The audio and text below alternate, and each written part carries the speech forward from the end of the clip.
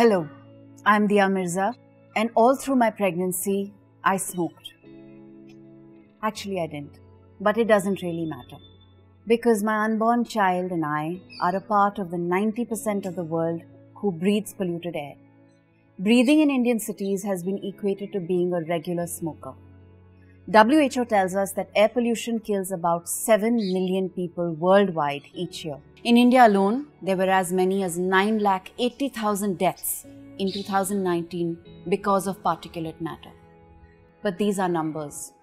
Statistics don't touch us. Data doesn't shake us. We hear numbers, but we're moved by stories. So here's a true story. My own pregnancy was complicated by a bacterial infection, and my extremely prematurely born baby stayed away from me in a neonatal ICU for months from birth. I do not know what caused the infection, but I know that many millions of mothers worldwide with far less privilege than I have routinely suffer from complications during their pregnancy because of the toxic environments we live in. For the mothers and to those expecting here and at home, how do you feel to know air pollution particles have been found on the fetal side of placentas?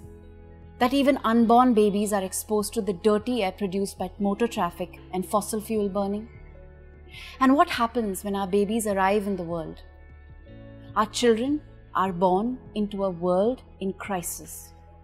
The IPCC report, the most comprehensive study to date, says it's code red for humanity.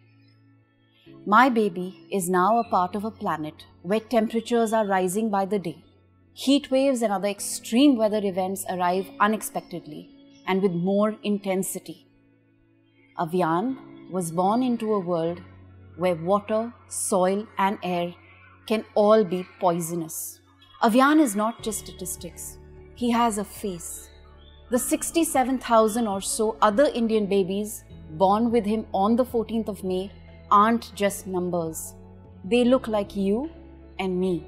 When we say we want a better future for our children, we cannot escape the question of what we are doing today, right this minute, to fix it. As a mother, I worry about this and what tomorrow will bring.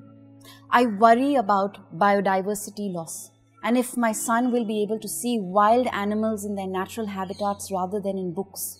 Will he recognize a beach without the plastic waste that has become so common in marine and coastal ecosystems? I worry he would ask me questions like, why were all the trees cut? Why do I have asthma? Why couldn't you save the tiger from extinction? Why is the air so polluted and the sea so filthy? Why is there so much trash everywhere? And where is it going to end up? I ask myself, will he be able to travel and experience the world safely?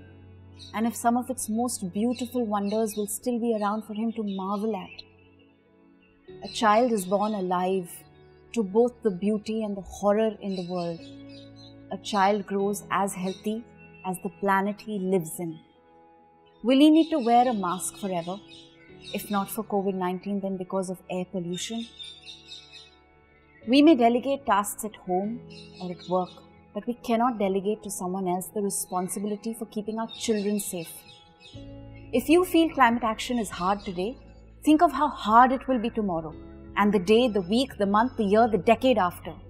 The pandemic gave us a taste of how quickly our presumed control over our lives can dissipate.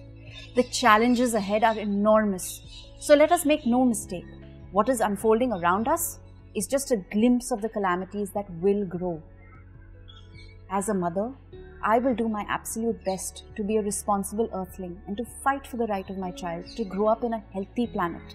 But there is a narrow window of opportunity to limit global warming to 1.5 degrees centigrade by 2100, which is also the goal of the Paris Agreement.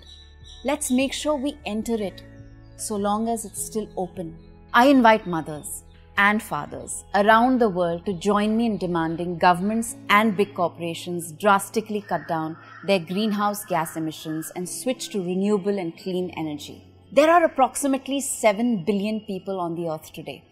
If even only a few million mothers amongst these billions decided to become climate activists, sustainable solutions could be accomplished. Why mothers, you may ask? Don't they already have enough to do? Yes, we do. But what is at stake is the very air that our children breathe, the water our children drink, the food they eat, the heat waves, droughts, floods and cyclones they might face, and a future climate that will make much of our planet and country, their planet and country, uninhabitable if nothing is done. Climate action is at least as important for parents as ensuring our children eat thrice a day, brush their teeth, do their homework, and respect their elders. Let us do so for Avian and for the sake of the children we have brought into this world. So here's a tentative blueprint for us, for the future they deserve.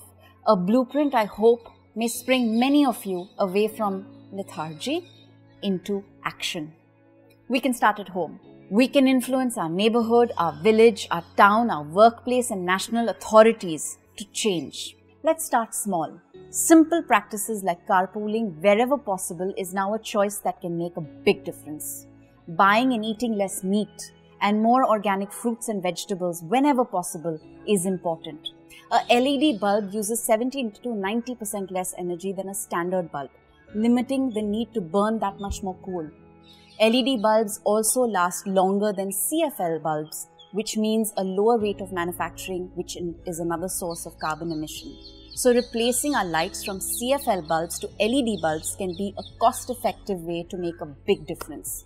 Yet, a far greater change would result when mothers and fathers push governments and businesses to act.